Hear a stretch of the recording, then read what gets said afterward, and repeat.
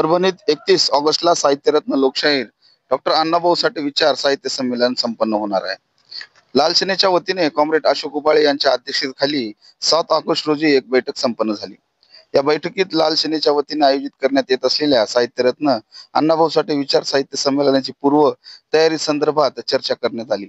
मागील 22 वर्षापासून लाल सेनेच्या वतीने साहित्यरत्न लोकशाहीर अण्णाभाऊ साठे विचार साहित्य संमेलन मोठ्या प्रमाणात घेतले जाते. त्या माध्यमातूनच अण्णाभाऊंच्या विचारांचा जागर व्हावा, त्यांच्या विचारांचा प्रसार आणि प्रचार करण्याच्या प्रमुख उद्देशाने या विचार साहित्य संमेलनाचे आयोजन करण्यात येत असते. या वर्षी हे 23वे वर्ष आहे. साहित्यरत्न लोकशाहीर डॉक्टर अण्णाभाऊ साठे विचार साहित्य संमेलनाचे मोठ्या प्रमाणात आयोजन केले आहे, अशी माहिती लाल सेनेच्या वतीने देण्यात आली आहे. या बैठकीस लाल सेनेचे कॉम्रेड गणपत बिशे यांनी महत्वपूर्ण भूमिका मांडली.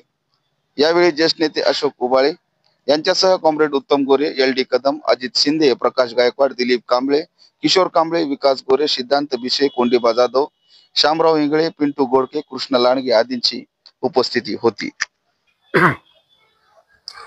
आज परभणी शहरामध्ये साहित्यरत्न लोकशाहीर अण्णाभाऊ साठे यांच्या विचाराचा जागर करण्यासाठी मागील 21 वर्षापासून महाराष्ट्रामध्ये राज्यस्तरीय अण्णाभाऊ साठे विचार साहित्य संमेलन आम्ही हे सर्व मिळून भरवत आहोत.